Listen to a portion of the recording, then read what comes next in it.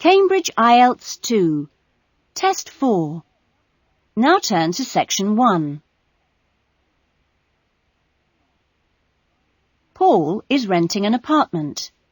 He has some problems with the property and has decided to report them to the housing agency. First, you have some time to look at questions 1 and 2.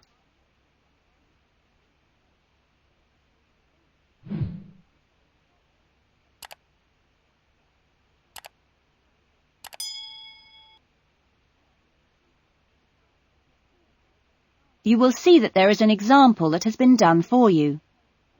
On this occasion only, the conversation relating to this will be played first. Good morning, MIC House Agency. Good morning. I'm ringing about the problems I've been having with my apartment. Yes, of course. If I can just take a few details first. What's your name? Paul Smiley. How do you spell that? Smiley. Paul's surname is Smiley, so Smiley has been written in the box. Now we shall begin. You should answer the questions as you listen, because you will not hear the recording a second time.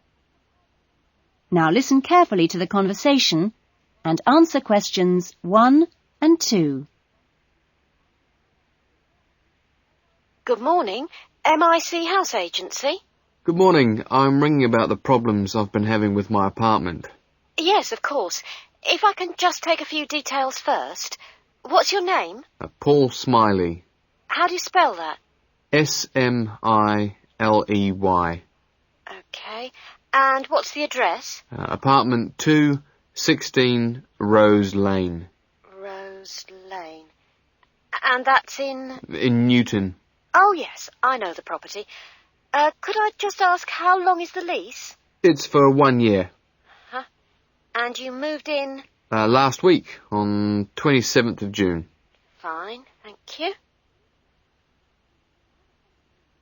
Before the conversation continues, you have some time to look at questions 3 to 10.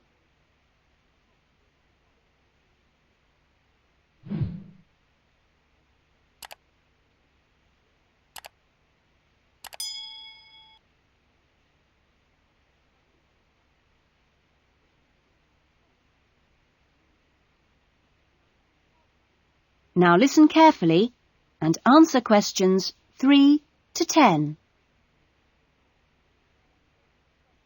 And what are the problems that you've been having? Well, no one thing is really dangerous or anything, but, it's just been building up. Yes, of course. Well, the first thing is the washing machine. It's been leaking a little and it's beginning to get worse because we have a small child and we really need to get that done straight away. Okay, that's a washing machine for immediate repair. And then there's a niggling problem with the cooker. Mm-hmm. The door's broken. Right. It's nothing serious and it can be used, but if you can send someone over in the next couple of weeks or so, that'd be great. Fine, I've got that. Then we're worried about all the windows. Are they broken? No, but there are no locks on them. And with the insurance these days. Uh-huh. And when would you like those done? Well, that's not really urgent, but you never know when there's going to be a break-in. No, we'll get those done for you next week. Don't worry. And then there's the bathroom light. It's getting quite annoying. It flickers quite badly and it's giving me headaches. I'd really like to get that replaced right away. That's no problem. And then the last thing on the list is the kitchen curtains. They're torn. Oh, right. We do have quite a few spare ones in stock and can get those to you in the next week, if that's all right with you. Yes, that'd be fine. Anything else? No, that's all. Okay, fine. What we'll do is get someone over to you this afternoon, if you're in. Well, I'm going to be out for a short time. Well, you tell us your preferred times. Well, the best time is about 1 o'clock. I'll have to check that with him. And if he can't make it then, what would be your second preference? Any time up to 5 p.m. would be fine. Okay, I've made a note of that. Great. Well, thanks very much for your help. That's fine. Thank you for calling. Goodbye. Goodbye. That is the end of section 1. You will now have half a minute to check your answers.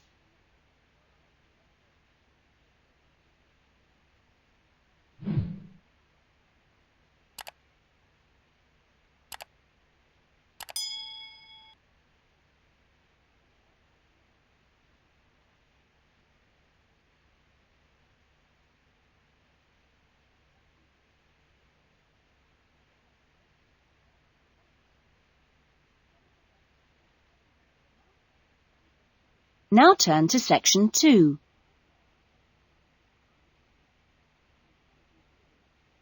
You will hear a recreation officer at a holiday resort telling the guests about their accommodation and the activities available. First, you have some time to look at questions 11 to 15.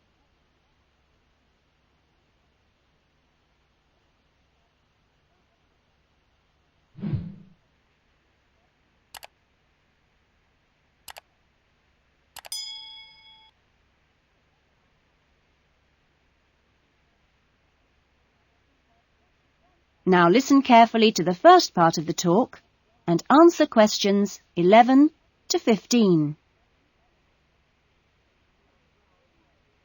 Great. Well, hi everyone. My name's Jody, and I'm one of the 4 recreation officers here at Rainforest Lodge. My job is to make sure that you all have a great stay here with us and go away feeling relaxed and refreshed. As you can see, we're literally in the middle of nowhere at the lodge. There are no newspapers or TVs, and there's only one phone, and that's in the office. The lodge is a complete get-away-from-it-all experience, a place to unwind and appreciate the world without a lot of interruptions and distractions. From your cabin balcony, you'll find that you can't see anyone else, and the only noise you should hear is the birds.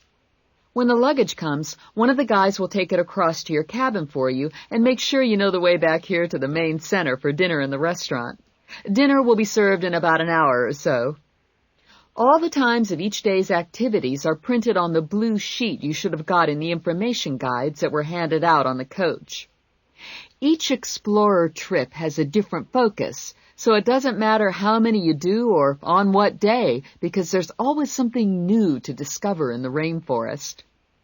Tomorrow, I think we've still got places on the orchid and fungi tour. This is on foot and takes you to different parts of the rainforest. Or, if you'd prefer, there's the 4-wheel drive tour to the waterfalls. Or the fishing trip, where I promise you we'll catch some lunch. And last but not least, the famous crocodile cruise that leaves at 11 a.m. each day. Just in time for the crocodile's lunch. Oh, plenty to choose from here at Rainforest Lodge. Or just sit on your balcony, relax and unwind and enjoy the views. In the evenings, there is the Spotlight Tour, one of my favorites. The Spotlight Tour leaves at sundown and lets you catch a glimpse of some more of the rainforest wildlife as it comes out at dusk to feed. That's a great trip, and if you can, I'd really try to make sure you do it during your stay. You now have some time to look at questions 16 to 20.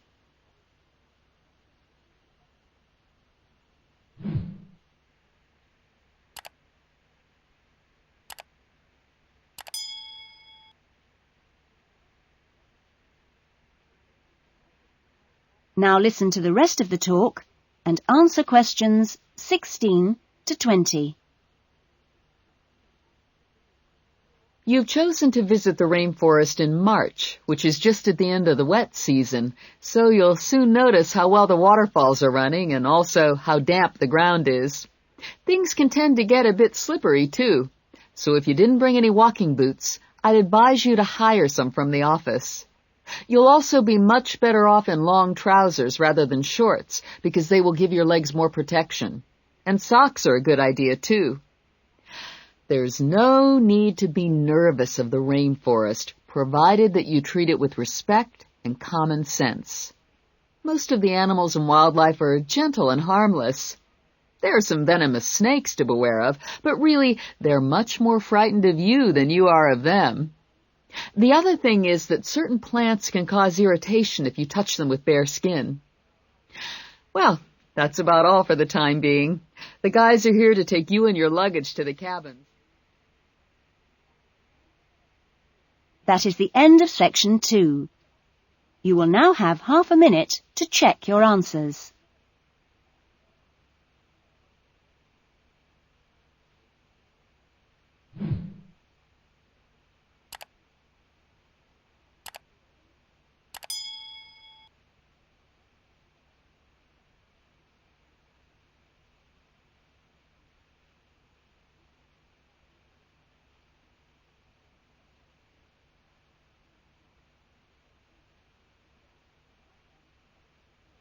Now turn to section 3.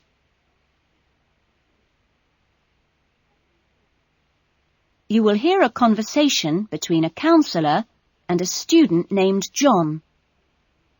First, you have some time to look at questions 21 to 25.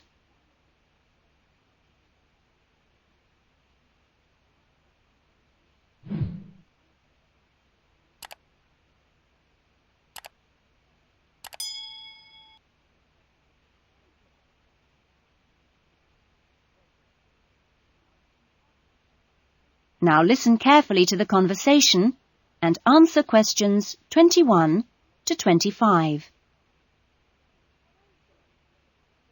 Hello, John. What can I do for you? Well, I heard about these counselling sessions from a friend doing a science course, and I was really interested. I think they should be compulsory, really. Well, to be quite honest, John, I think they would be useful for everybody, but, well, everybody has their own way of going about things. I prefer people just to drop in when they can. Yes. I find that talking to students about the requirements of a course helps to clarify what needs to be done. I mean, the biggest difference between college and school is that new college students really have to do a lot of work on their own, and it's sometimes useful to get advice on how to take control of your time and work effectively. Yes. I mean, it seems like a very light workload until assignment time comes, and then I seem to be working all night sometimes. I'm not the only one. It's ridiculous. The resource centre is very good, but it closes so early. It's in the library, and so you think you could use it more. It's a real problem for me. Well, you're certainly not the only person in that position, as I'm sure you've found. It really comes down to using every available hour in a systematic way. If you do this with a plan, then you'll find that you still have time for yourself and your hobbies as well. Yeah.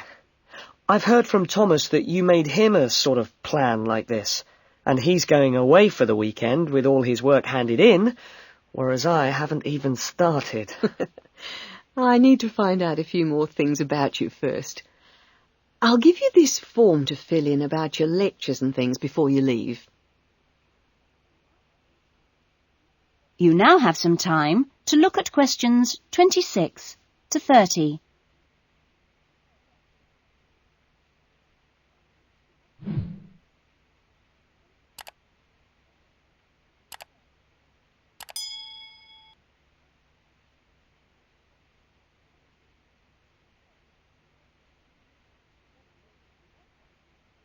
Now listen to the rest of the conversation and answer questions 26 to 30. Now, what are your main problems? Well, what most concerns me is I'm still not doing very well in my assignments. Well, I know that you plan your writing carefully, but this can come to nothing if the assignment doesn't answer the question. That really is the key. You must read the question carefully and give it a great deal of thought before you even start planning or writing your first draft.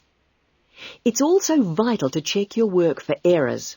Everybody makes them, and they can influence the person marking the work. So, always take time at the end to check what you've written. As far as listening is concerned, I find it hard to keep up sometimes in lectures, especially 2-hour ones. I sometimes just seem to go off into a dream. It's a good idea to find out from your lecturers if they mind you recording the lectures. Oh. You only need one of those small cassette recorders. Yeah. The quality is pretty good, and a second listening can really clarify things. Something else you can do is check your notes with a friend after the lecture. Yes, that's a good idea. Thanks. It's hard to do all that all the time, though, especially when there's so much reading to do. Yes. It's important, though, not to confine yourself to reading on your subject. You should also read things of general interest that appeal to you. You know, novels, newspapers, that kind of thing. Do you have a good dictionary? Not really. I've never bothered with one. It would probably be a good idea to get one. Dictionaries aren't expensive, and they can help a lot. Also, you can underline or highlight new words, and then you've got to... That is the end of section 3. You will now have half a minute to check your answers.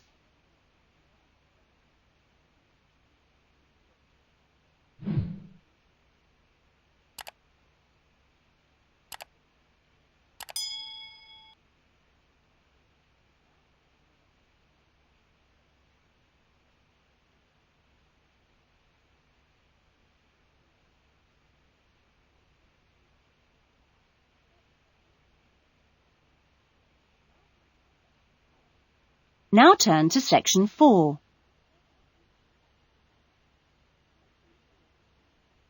You will hear a student talking about his research project in a university tutorial.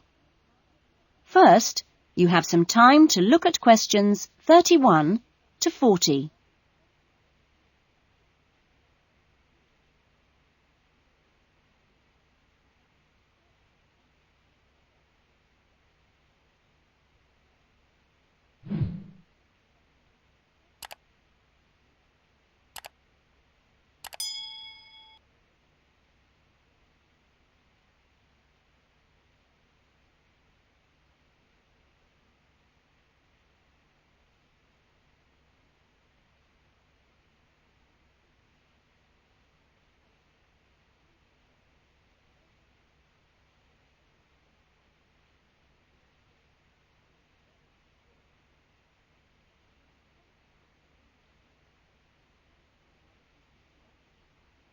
Now listen to the talk and answer questions 31 to 40. Well, good afternoon. In today's session, John Upton will be sharing some of the findings of his research project from last term. John. Thanks. Well, first of all, a little bit about the background to the project. Our title, as you can see, is pretty straightforward. Car safety. But these days, there's a lot more to it than the usual injunctions about drinking and driving or speeding. I'd been interested and horrified by several newspaper reports on what people call road rage. For example, the famous incident of a man getting out of his car in a car park and hitting the driver of a van who had overtaken him earlier. It seemed to me that there were almost as many serious problems when cars were parked, i.e. were stationary, as when they were travelling at 90 miles an hour. So I decided to make this the focus of the project. For our research, we depended mainly on talking to individuals, asking them questions rather than using written questionnaires. We stopped people at a selected garage on the motorway over a 2-day period and asked them questions about what they'd observed or experienced themselves. Our respondents were both men and women, but the women were just slightly in the majority. We were pleased by the public's willingness to stop and chat to us. In the end, we talked to a total of 135 drivers over those 2 days. So, what were our findings? Well, as you can see, 93% of respondents had had some kind of problem. A surprisingly large percentage, 24%, had had their car damaged in some way. But the main type of incident was being shouted at. 79% had experienced that. 15% had experienced violence on their own persons. They'd actually been hit by someone. The police tended only to be informed when there was physical violence involved. So, what strategies had people developed to ensure their own safety? Let's have a look at the figures here.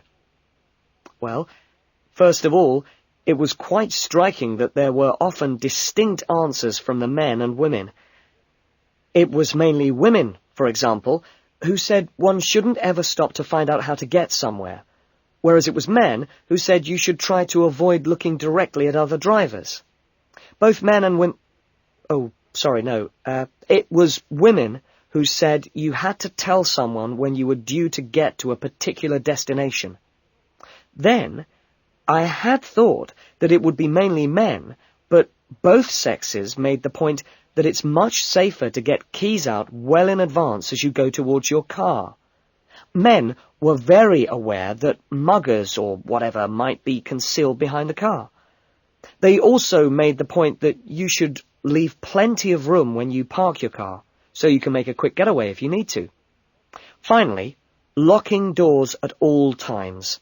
Men didn't think it was quite as important as women, but both gave it a high safety rating.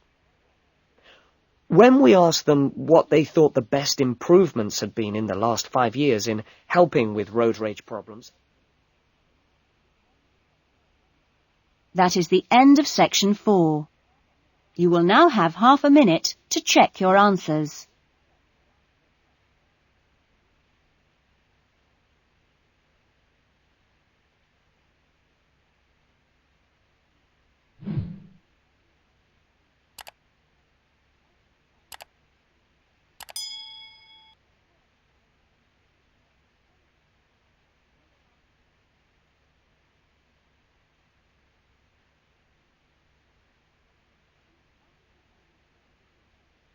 That is the end of the listening test.